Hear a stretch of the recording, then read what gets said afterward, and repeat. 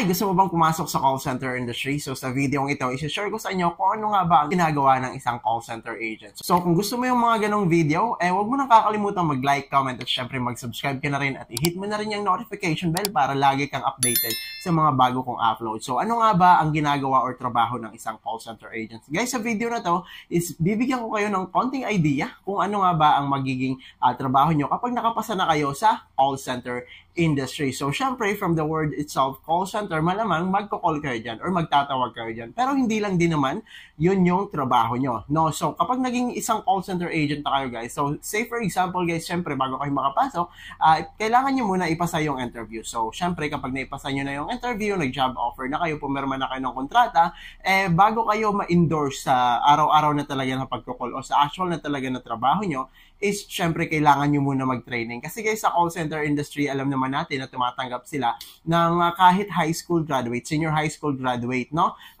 Basta, tawag dito, maipasa yung interview. Syempre, wala pa kayong kaide-ideya kung ano ang mga gagawin nyo sa trabaho. Syempre, kailangan muna kayong i-train. So, the first 2 months or maybe a month, depende kung how many months yung training nyo sa account nyo, no? So, the first 2 months dyan is syempre product knowledge and syempre skills, yung skills assessment, no? So, kung paano kayo magsalita, ng English and syempre introduce sa iyo yung mga product, tuturuan na din kayo kung paano mag-call or mag-handle ng customer. So, dyan na yung mga practice, mga simulation, mga mock call, dyan na yung gagawin lahat sa training. And then the last one is nesting. So, yung nesting, guys, para ka na kayong tunay na nagtatrabaho dyan. Kasi sa first 2 months is nakikinig lang kayo, para lang kayo nag-aaral sa school, no? So, yun yung pinaka-boring na part. But, kailangan yung seryosohin yan, guys, no? Kasi, yan part na yan, dyan yung i-build yung foundation nyo para may survive nyo yung training. Guys, kapag nasa training na kayo, again, hindi pa po kayo sigurado na makukuha nyo na yung trabaho, no? So, pwede pa kayong matanggal kapag hindi nyo naipasa yung training. Kasi kapag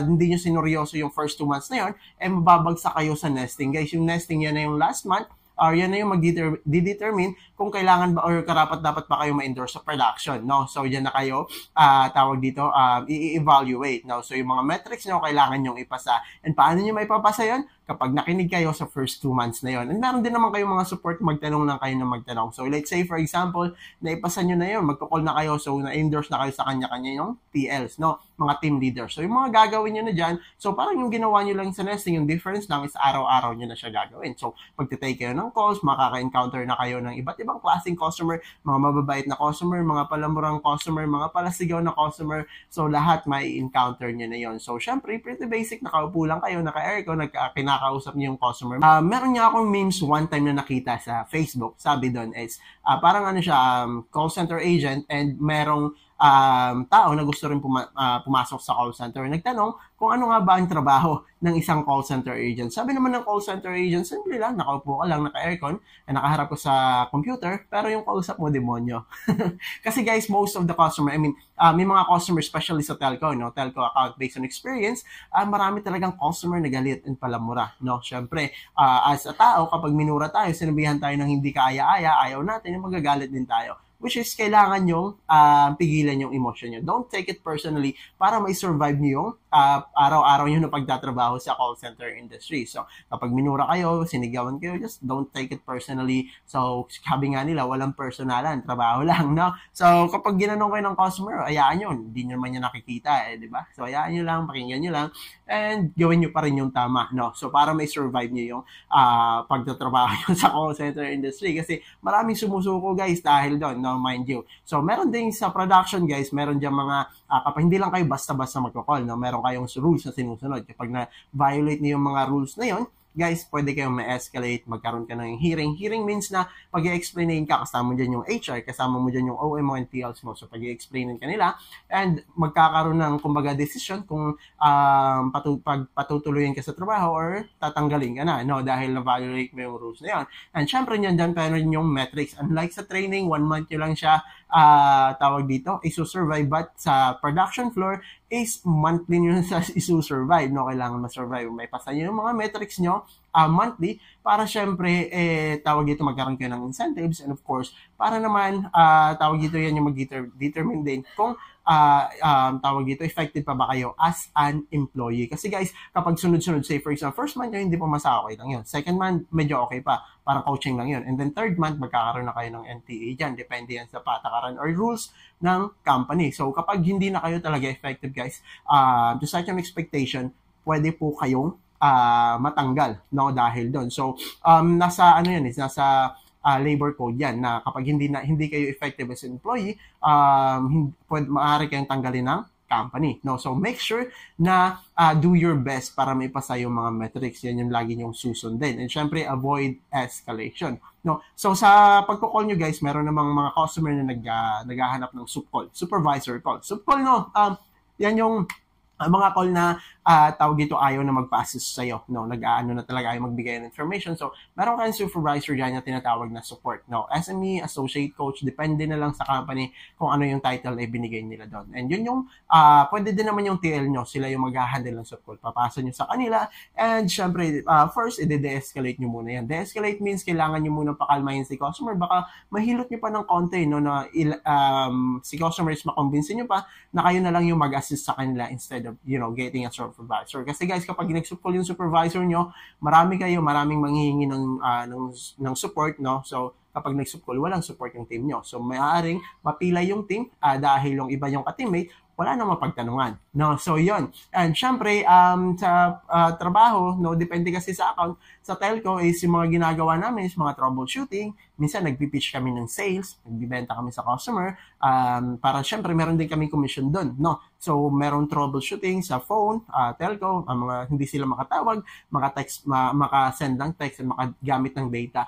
Even mga problema nila sa Facebook, Instagram, minsan ina-assist pa namin yan dahil nga may survey kami, guys. Yung survey is yung CSAT and DSAT. No, ewan ko kung narinig niyo yan. CSAT is customer satisfaction and DSAT is dissatisfied. Hindi si customer satisfied sa'yo. So, DSAT is a negative, CSAT is positive, no? So, meron ganon. So, kahit gusto namin i-transfer si customer sa ibang department na hindi nasaklaw ng company, is pinipilit pa rin namin i-assist and maging masaya si customer dahil nga merong customer satisfaction. Kasi kapag transfer namin doon, merong chance na baka barubalin lang ng department na yun, ng agent doon, dahil wala silang survey, yung customer and tayo or kami yung matatamaan. So, we need that metrics, guys. Napaka-stressful, guys, ng metrics dahil kapag hindi mo na ipasa yan, there is a chance na, malalang coaching, mga ganon. So, kailangan natin ipasa yung metrics. So, no, aside from that, no, so bago kayo mag-start, merong mga huddle, mga team meeting muna yan, no? Mga huddle,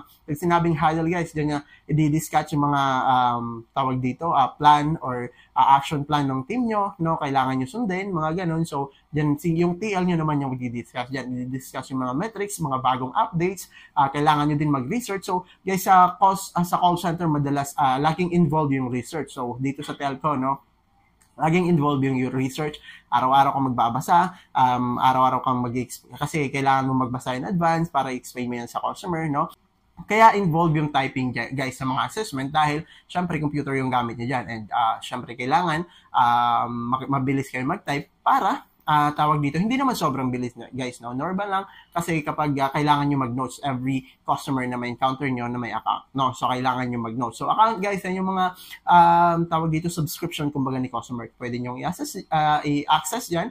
And, syempre, dyan nyo makukuha yung mga tools nyo, no? Na gagamitin sa pag-assist kay customer. So, always do your research every day, no? And, syempre, sa call center din, no? So, yung mga tools, pag sinabing tools, guys, parang mga apps yan, no? Na gagamitin nyo, website na gagamitin nyo para ma-troubleshoot si customer. So, let's say si customer, no, wala yung order niya, no? Kailangan may tools kayo dyan specific sa account ni customer para i-track nyo yung order niya, no? So, kapag hindi i-track, kailangan mo din escalate. Naman daming escalation na kailangan gawin dyan. Guys, again, bibigyan ko lang kayo ng konting idea para tawag dito, alam nyo kung ano yung papasukin nyo, no? So, mga tools, guys. Speaking of tools, ang tools na ginagamit namin dito is more than 15, no? Sa training, konti lang yung may encounter nyo, but pag nasa production na kayo, ang daming tools na gagamitin, no? So, it depends sa hindi naman araw-araw gagamitin nyo lahat yun.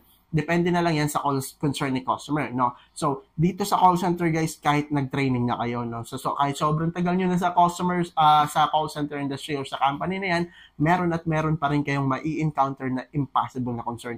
Even your TL don't know the answer, no? So, kailangan mo nang mag-research. But they know how to look for the answer, no? They don't know, kasi new concern, maraming new concern every day, no? So, sa dami ng calls every day, so, meron talaga kayo dyan may encounter na hindi nyo alam and kailangan nyo pa ng research, no? So, sometimes it took time na kaya sobrang tagal na ng CRT or yung AHT, average handling time, no? So, yung call, kung ilang oras, ilang minuto na tawag dito, nagtatagal yung call. Yung pinakamatagal ko, I think 2 hours and 30 minutes dahil napakadaming concern and napaka-imposible ng concern customer. So, maraming mga Bombay.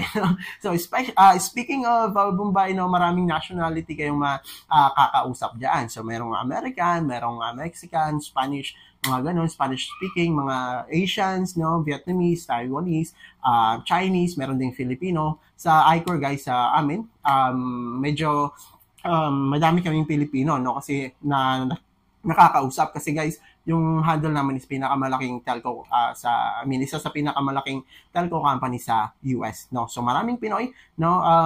Minsan nagtatagalog kami kasi pwede, no.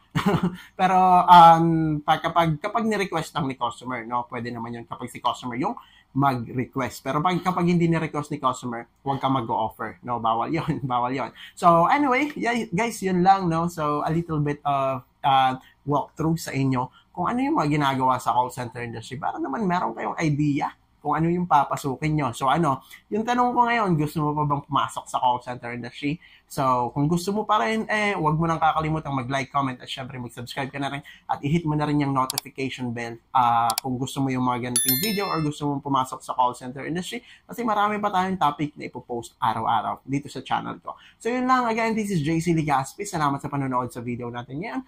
Adios, amigo. Bye-bye!